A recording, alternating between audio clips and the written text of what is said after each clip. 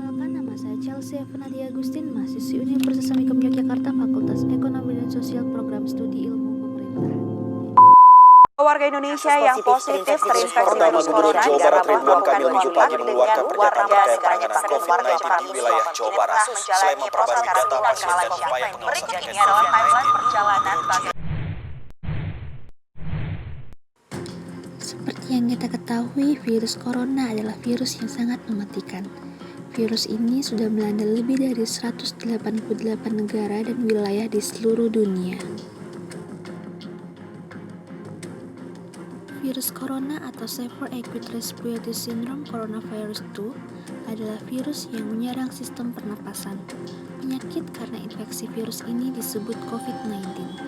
Virus corona bisa menyebabkan gangguan ringan pada sistem pernapasan, infeksi paru-paru yang berat hingga kematian. Severe Acute Respiratory Syndrome Coronavirus 2 yang lebih dikenal dengan nama virus corona adalah jenis baru dari coronavirus yang menular ke manusia.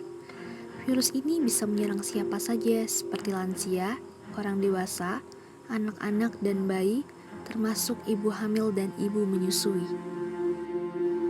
Infeksi virus corona disebut COVID-19 dan pertama kali ditemukan di kota Wuhan, Cina pada akhir Desember 2019.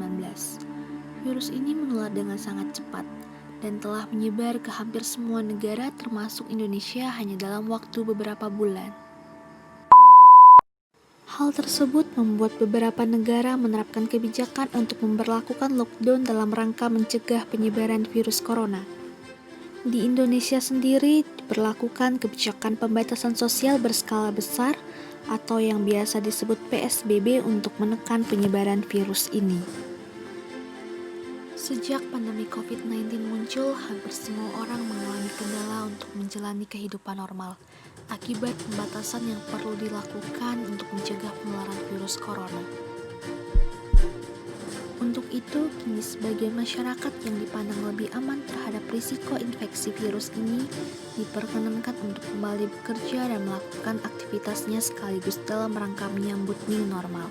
Namun dengan usainya pembatasan tersebut, pemerintah menganjurkan kita untuk mulai melakukan kegiatan seperti biasa, tentunya sambil mematuhi protokol pencegahan COVID-19. Apa saja protokol kesehatan COVID-19 yang harus ditaati masyarakat? Berikut ini rincian berdasarkan informasi yang dimiliki oleh Kementerian Kesehatan dan gugus tugas percepatan penanganan COVID-19. Pertama, jaga kebersihan tangan. Bersihkan tangan dengan cairan pencuci tangan atau hand sanitizer apabila permukaan tangan tidak terlihat kotor. Namun apabila tangan kotor, maka bersihkan menggunakan sabun dan air mengalir. Yang kedua, jangan menyentuh wajah.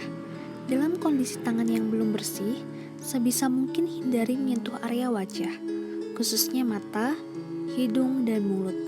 Mengapa? Tangan kita bisa jadi terdapat virus yang didapatkan dari aktivitas yang kita lakukan. Jika tangan kotor ini digunakan untuk menyentuh wajah, khususnya di bagian yang sudah disebutkan sebelumnya, maka virus dapat dengan mudah masuk ke dalam tubuh. Ketiga, terapkan etika batuk dan bersin. Ketika kita batuk atau bersin, tubuh akan mengeluarkan virus dari dalam tubuh. Jika virus itu mengenai dan terpapar ke orang lain, maka orang lain bisa terinfeksi virus yang berasal dari tubuh kita. Terlepas apakah kita memiliki virus corona atau tidak, etika batuk dan bersin harus tetap diterapkan. Caranya, tutup mulut dan hidung menggunakan lengan atas bagian dalam. Bagian ini dinilai aman untuk mulut dan hidung dengan optimal.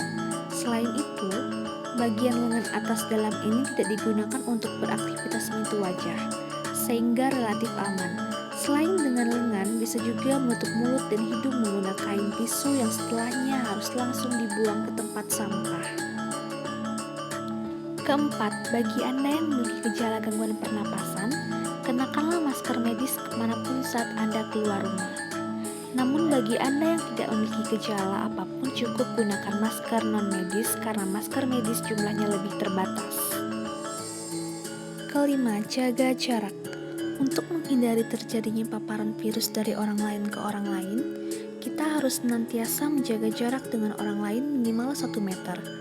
Terlebih jika orang tersebut menunjukkan gejala gangguan pernapasan. Jaga jarak juga dikenal dengan istilah physical distancing. Kita dilarang untuk mendatangi kerumunan, meminimalisir kontak fisik dengan orang lain, dan tidak mengadakan acara yang mengundang banyak orang. Keenam, isolasi mandiri. Bagi Anda yang merasa tidak sehat seperti mengalami demam, batuk, pilek, nyeri tenggorokan, sesak napas, diminta untuk secara sadar dan sukarela melakukan isolasi mandiri dalam rumah. Tetap berada di dalam rumah dan tidak mendatangi tempat kerja, sekolah, atau tempat umum lainnya, karena memiliki risiko infeksi COVID-19 dan menularkannya ke orang lain. Ketujuh, jaga kesehatan. Selama berada di dalam rumah atau berkegiatan di luar rumah, pastikan kesehatan fisik tetap terjaga dengan berjemur sinar matahari pagi selama beberapa menit, mengonsumsi makanan bergizi seimbang, dan melakukan olahraga ringan. Istirahat yang cukup juga sangat dibutuhkan dalam upaya menjaga kesehatan selama masa pandemi ini. Ayo kita lakukan bagian kita masing-masing demi satu sama lain. Kendati kehidupan dengan new normal telah dirancang oleh pemerintah, bukan berarti virus corona telah hilang dan tidak lagi menjadi ancaman.